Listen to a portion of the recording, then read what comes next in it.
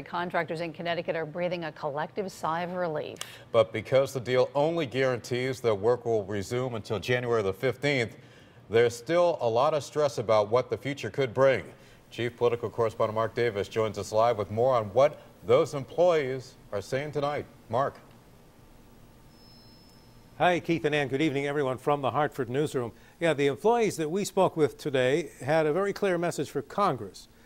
Get your act together and don't let this happen again.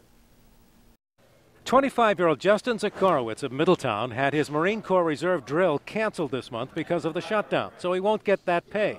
He has only worked here at Habco Testing and Support Equipment for 6 months, a company heavily dependent on military contracts. It's tough. It's scary, you know. You never know if you're going to have a job tomorrow. You know, it's definitely scary.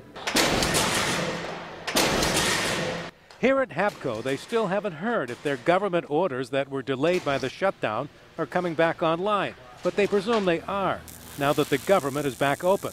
But the idea that they might go through this again in January is not sitting very well. We make a hiring decision on a long-term basis. We don't want to hire someone and then furlough them 3 months later and then bring them back when work picks up. We want to be able to make long-term planning decisions. About 40% of all of the work here is related in some way to a government military contract.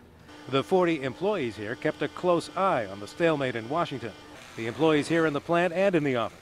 Vicente Sanchez of Willimantic has been with the company for 20 years. He says he is only somewhat relieved by the deal in Washington. It really is concerning to me. I mean, they keep kicking the can down the road. Like Justin, Chelsea Stokes of Middletown is a recent hire. As a new employee, I mean, it's definitely a little bit concerning. You're always kind of waking up, seeing what the news has to say, and you know, knowing that your job is on the line, it's a little nerve-wracking. Employees here have a clear message for the Congress. Get your act together.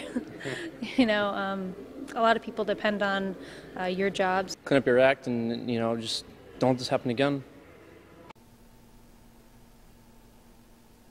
I told you that's what they were saying. There are thousands of Connecticut residents, just like Vicente and Justin and Chelsea, whose jobs depend, at least a portion of their jobs, depend on these federal government contracts.